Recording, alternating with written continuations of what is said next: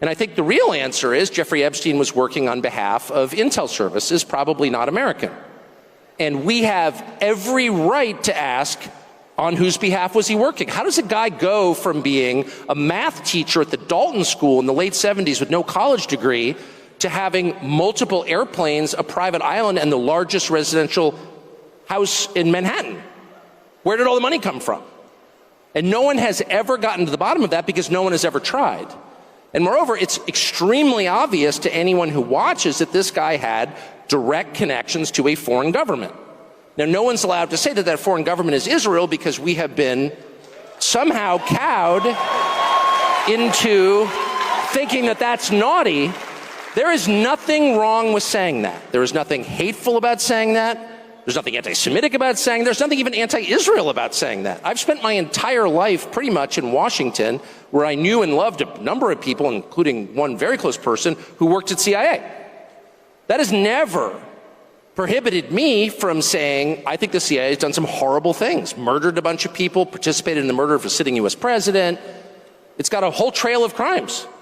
That doesn't make me a disloyal American. It doesn't make me anti-American in any sense. I was born here. My family's been here for hundreds of years. I love this country. That's why I live here. So criticizing the behavior of a government agency does not make you a hater. It makes you a free person. It makes you a citizen. You're allowed to do that because you're not a slave. You're a citizen.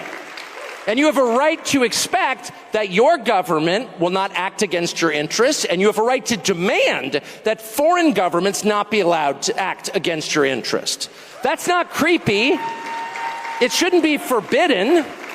And yet all of us have trained ourselves to believe that you can't say that somehow, that that's like too naughty and forbidden. And the effect of making that off limits has been to create a lot of resentment, and I'll say it, hate, online, where people feel like they can't just say, like, what the hell is this? You have the former Israeli prime minister living in your house.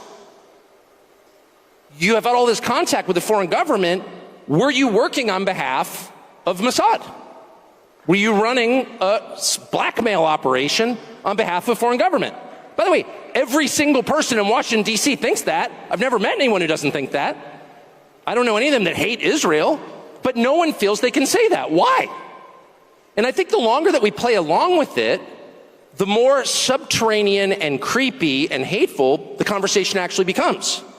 So I think it's better just to say it right out loud. Did this happen? And of course that question has been asked to the government of Israel, and their answer is, we're not going to tell you. And I think our answer should be, no. As long as we're sending you money, if you were committing crimes on our soil, we have an absolute right to know, did you do this or not?